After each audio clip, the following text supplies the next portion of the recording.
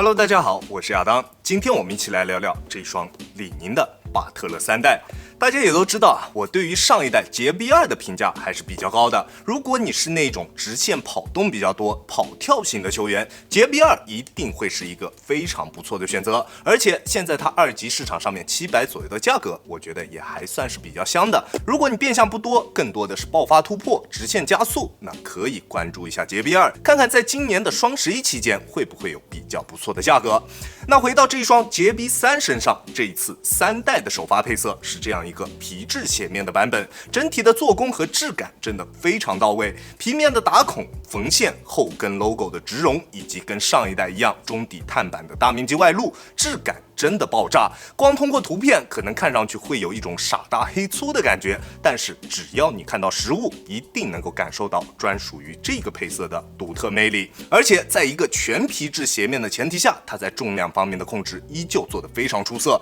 單支42碼的重量僅為365克，不知道後續搭載其他更輕質一些的鞋面材料，它的重量能夠降到多少？大家可以在這裡進行一個無獎競猜，好吧？不過啊，也有很大的概率後續的所有配色都將使用全皮質的鞋面，但是我個人還是挺希望會有不同鞋面版本的捷 B3推出的，不知道在座的兄弟們是不是跟我有同樣的想法 ？OK， 那接下來我們來聊聊這一雙捷 B3在實戰方面的表現究竟如何。我們還是老樣子，先看一看這一雙鞋的基礎3要素：抓地、抗扭、穩定性，看看它在這3個方面會有怎樣的表現，這也決定了這一雙鞋能不能滿足我們一些比較高強度的實戰。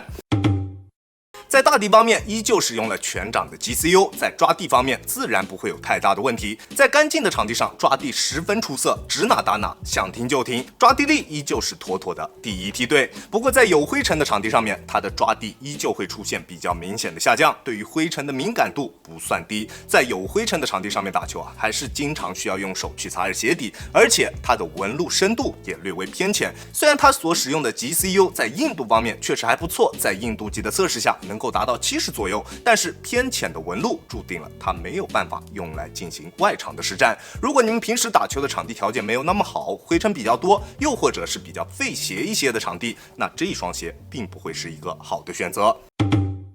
中底碳核心的使用就是抗扭最好的保證，並且這一次捷 B3的這一塊中底碳板啊，在中足部位做了一定的凸起，進一步提升了這一塊碳板在抗扭方面的表現。中底的刚性非常高，不管做什麼動作，球鞋的姿態都能保持得非常好，幾乎不會出現形變。即使是職業球員啊，我相信這一雙鞋的抗扭表現也絕對是夠用的。但是對於在座有些想要一鞋多用的兄弟們，我不是特別推薦你們去選擇這一雙鞋。如果一個不小心，它這個碳板凸起的點啊，正好磕上了一顆石子兒，那這一塊碳板就有很大的概率會出現破裂的情況。這塊碳板在日常壓馬路這個場景當中，損壞的概率我覺得會比平板的碳板要更高一些，建議大家還是盡量注意一下，好吧？至於它的穩定性，捷 B3的表現同樣非常出色。寬大的大底加上合適的中底重心，以及這一次在中底緩震材料方面使用了雲 Plus 的外部框架，外部框架的硬度還是比較高的，穿它在實戰的過程中，腳底下的感覺非常的安心，非常踏實，完全不會有任何不放心的感覺。OK， 在基礎3要素方面，捷 B3輕鬆通過，每一項都有着第一梯隊的實力，極致的抓地，頂級的剛性，出色的穩定性，這樣的表現絕對可以滿足任何強度的球局。那接下來我們來看一下它在風格化上面的處理做得怎麼樣，它會更加適合什麼類型的球員去進行選擇，也看看它在哪一些方面還有提升的空間。相信看過我之前捷 B2測評的兄弟們應該都知道，我對於捷 B2不是特別滿意的地方，那第一點就是它的前掌鎖定。而在捷 B3的宣傳圖片上就可以看到，這一次的3代針對鞋楦做了一定的收窄，確實在實戰的過程中能夠感受到啊，它的前掌鎖定相比上一代會有更好的表現。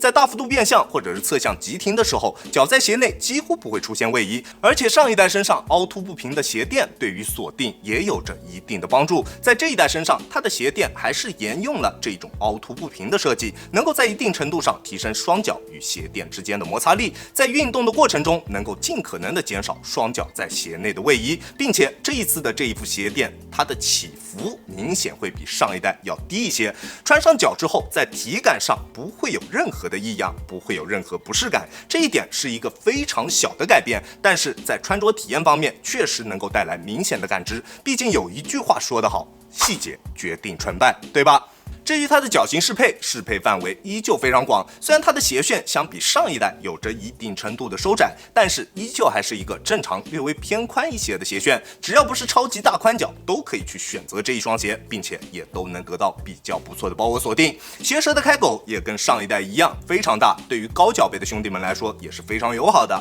但是如果你跟我一樣腳型略微偏窄，那我建議你们在穿這一双鞋的時候，盡量去選擇厚一些的籃球襪，因為它的鞋面用料整體來說會比編織面稍微要硬一些，通過鞋帶很難調節前掌的鎖定。窄腳的兄弟們如果穿薄襪子再去穿這一雙鞋的話，在實戰的過程中還是會出現雙腳在鞋內位移以及定腳趾的情況。當然，這些鎖定方面的小問題都是比較輕微的，並不會影響到實戰，這一點大家可以放心。而大面積皮質材料的使用，讓它在鞋面的強度方面得到了保證，而且側面所使用的皮質材料在内部所复合的内襯材料延展性比较低，保證了鞋面的耐用性，不會出現傳統的皮質籃球鞋經常會出現的那種後期鞋面鬆垮的問題。而使用皮質鞋面的籃球鞋最怕的一個問題就是鞋面拼接處的處理的不好，很有可能就會出現舒適度方面的問題。那這一雙鞋在這一方面處理的也非常到位，球鞋內部的鞋面拼接點很少，基本上只有鞋頭處的這一圈，而且在內部處理的也十分平整，在正常的穿着過程中完全不會有這種拼接處頂腳或者是腳踝處這一種包邊磨腳的問題。在舒適度方面，這一雙鞋的表現也是非常棒的。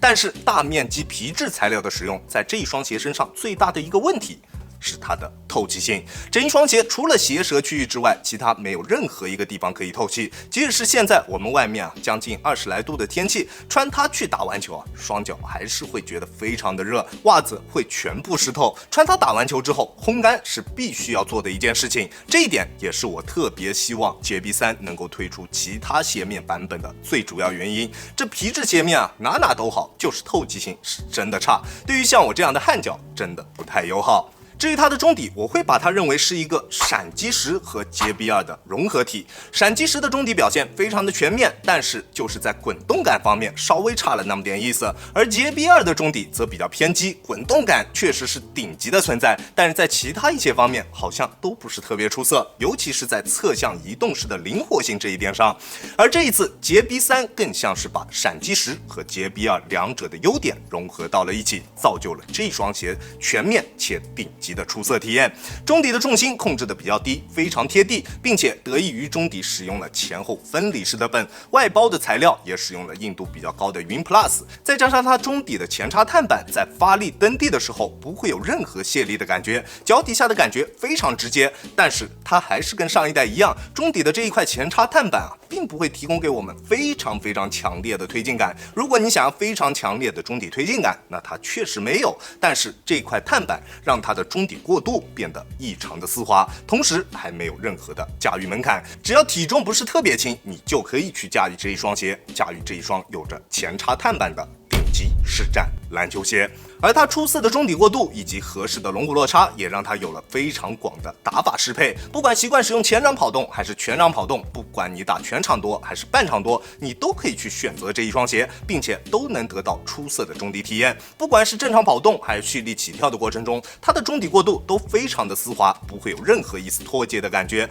在力傳導這一方面，這一雙鞋依舊做得非常的出色。而且這次 JB3 的大底造型也做成了偏弧形的一個造型，能讓我們在變向或者是側向切入等等場景下有更好的體驗，不會有像上一代一樣後跟側面接觸地面時那一種硌一下不是特別流暢的感覺。對於後跟造型的升級也非常具有針對性，而且效果同樣十分拔群。它的中底表現我個人是非常喜歡的，夠靈活，反應性夠棒，中底也足夠貼地，而且還有着特別出色的中底過渡，並且在緩震方面的表現也同樣十分優秀。我180斤的體重，其實是在單純用腳後跟着地的情況下，震腳的感覺也並不明顯。雖然它的腳感並不是特別棒，但是緩震完全沒有任何問題。緩震和腳感不是互相掛鈎的，那這一點我相信應該大家都懂，對吧？去年李寧推出的閃擊10確實非常棒，絕對可以算得上是一雙出色的口糧鞋。但是對於一些進階型的球員來說，它有點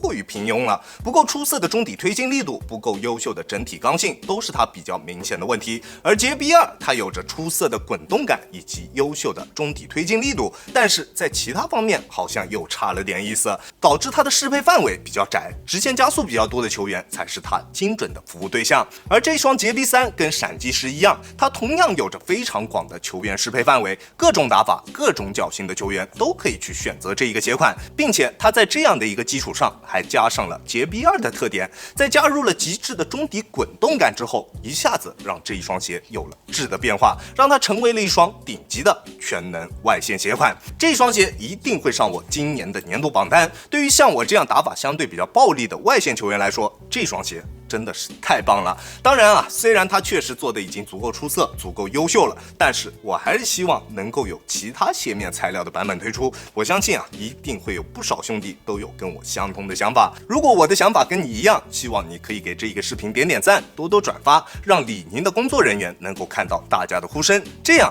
可能也許啊，能讓我們的願望更加容易實現，對吧？OK， 這就是本期視頻的全部內容了。再次感謝大家觀看本期的亞當球鞋。如果你覺得我的視頻還有點意思，歡迎大家在各大平台搜索亞當球鞋找到我，記得要點擊關注哦，這會對我有非常大的幫助。好了，那我們下期視頻再見吧，大家有空來做